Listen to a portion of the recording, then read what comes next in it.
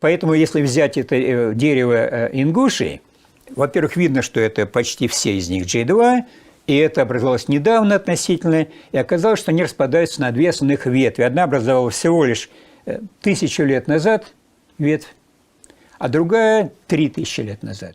Это означает, что они пришли, их предки или там образовали относительно недавно. А вот чеченцы, это уже на уровне 4-5 тысяч лет. То есть они в этом смысле, у них J2 меньше, но они древнее.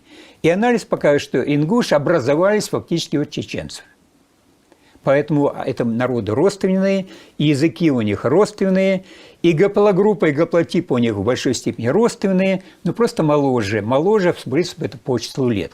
То есть это на самом деле родственные народы, которые можно считать, а как они родственные и откуда они родственные. И получилось, что чеченские J2 пришли с юга, вот из Месопотамии, и пришли у них вот как раз, я говорю, 4, а там ближе к 5000 годам. Это, видимо, те самые русские миграции, которым 7000 лет. Ну, рано или поздно, может быть, вымерли самые древние, не оставили своих следов, или другие причины какие. Ну, вот, короче говоря, это древние. А в этом смысле J1, точнее, J2 у ингуш, они более недавние.